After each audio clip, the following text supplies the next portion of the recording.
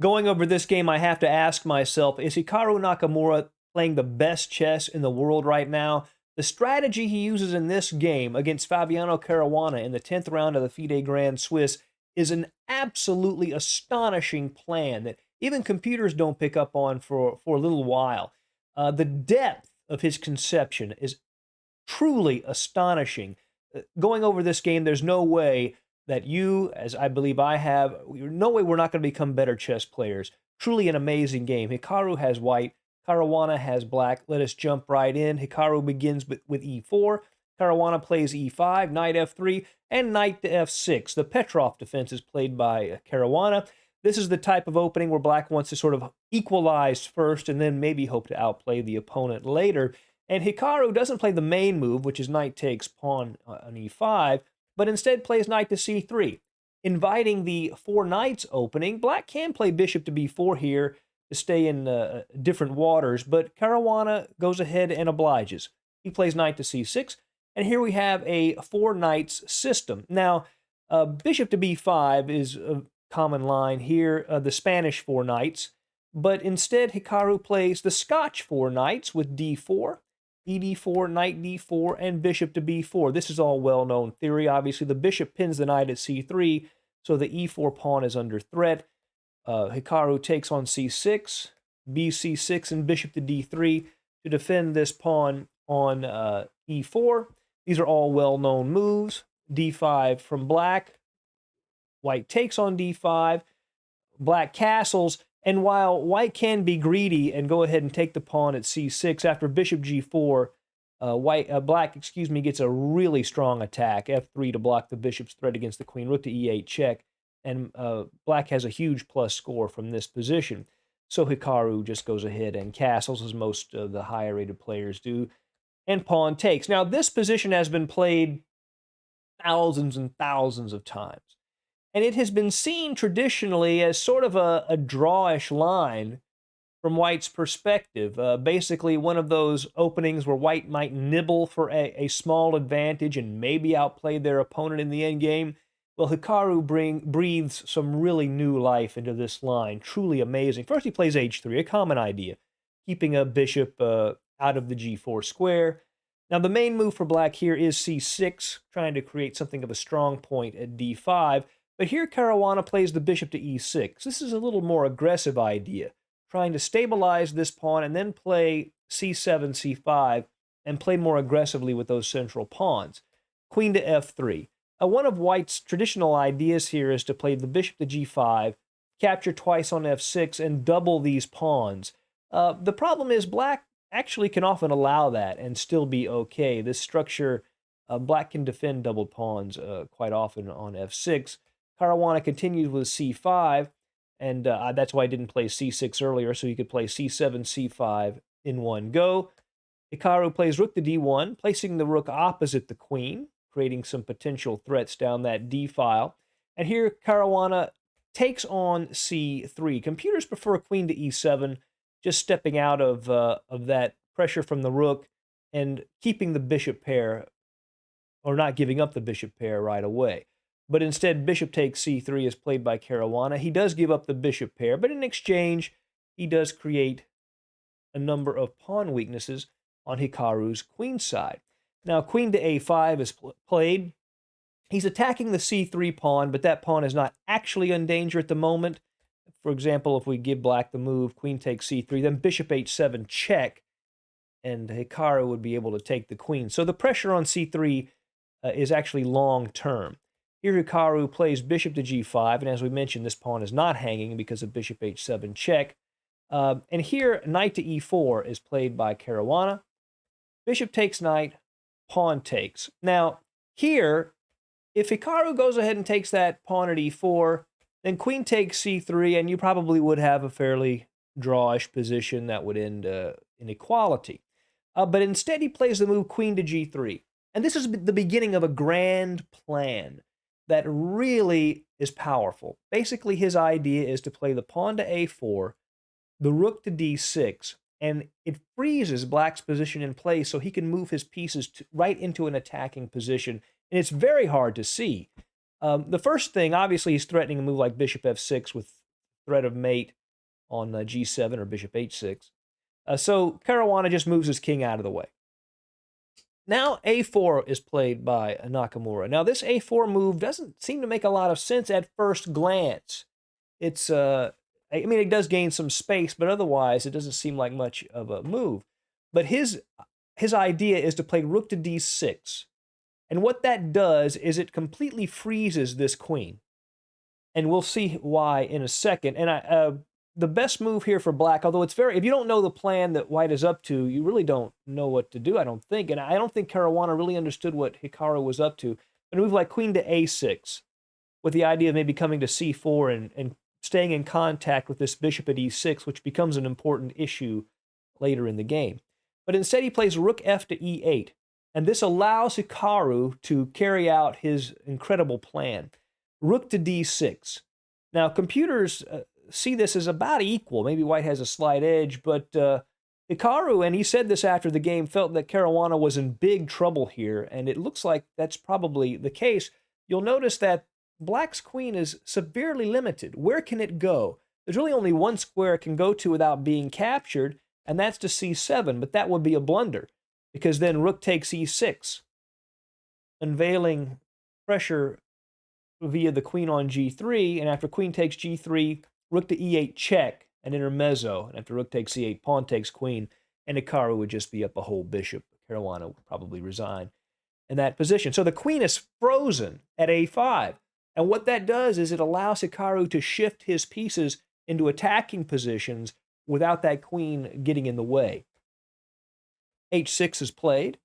He wants to kick that bishop away, and certainly from control of that d8 square, but he's now created a bit of a target around his king, so the bishop moves to f4.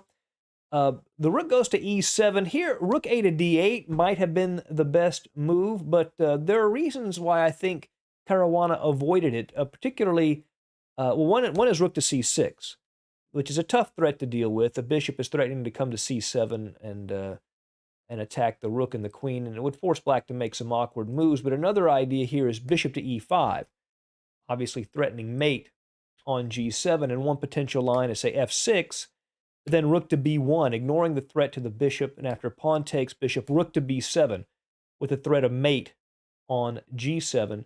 You can block with the bishop, for example, but then rook takes, and you take, and the rook is forced to g8 to defend the g7 pawn.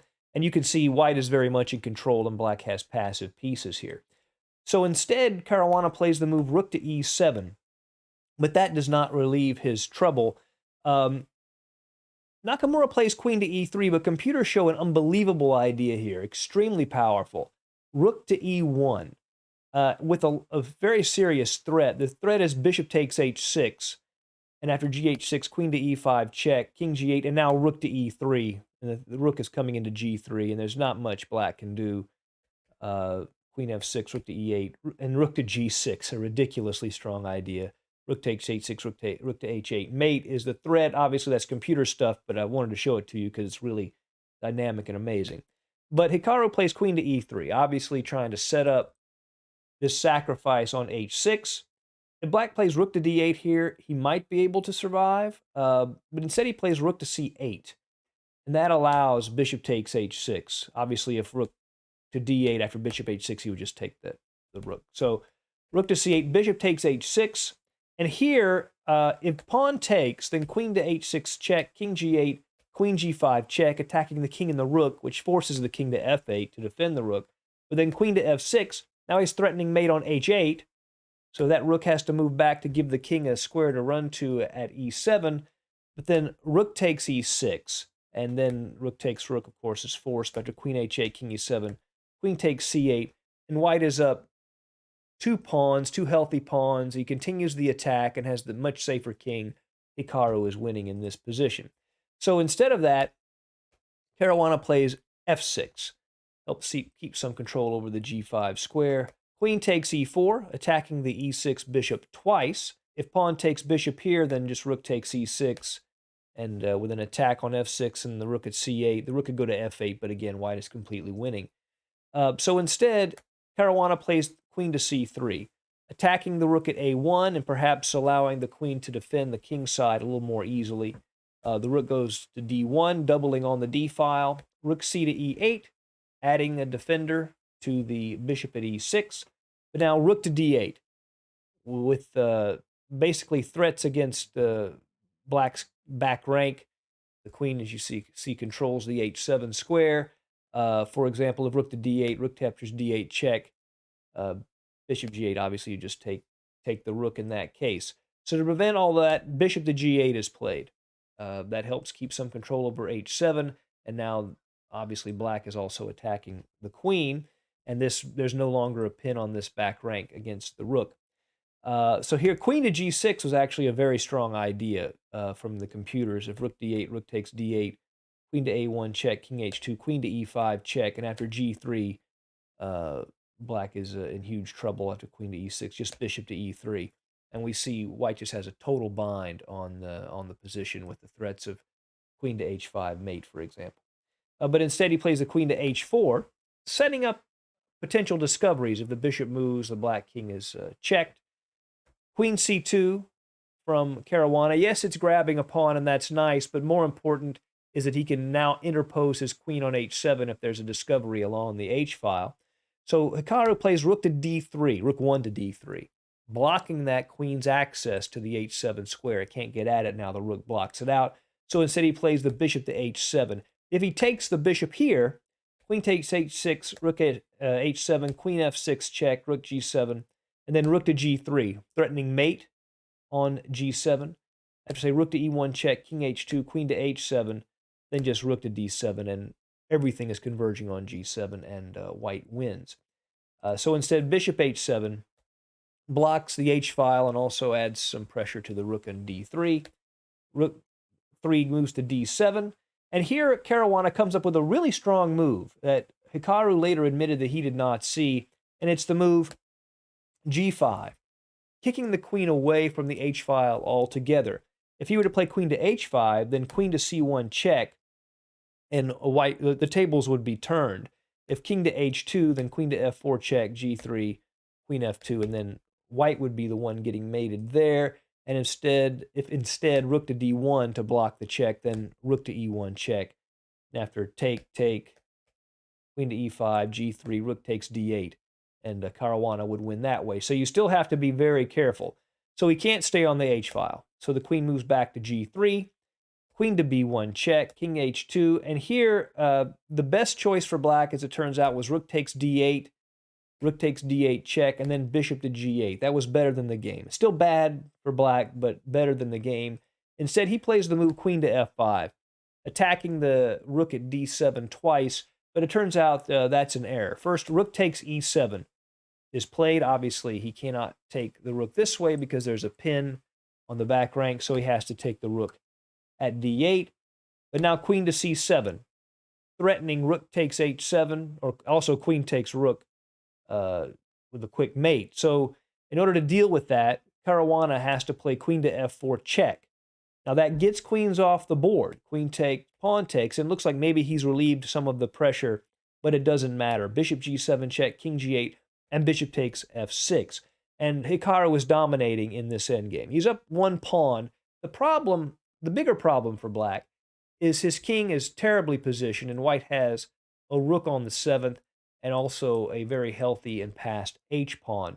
Let's see how Hikaru plays this out. Bishop to b1 was played next. Rook to g7 check, forcing king to f8. Obviously, if king to h8, there would be a discovery when the rook moves away.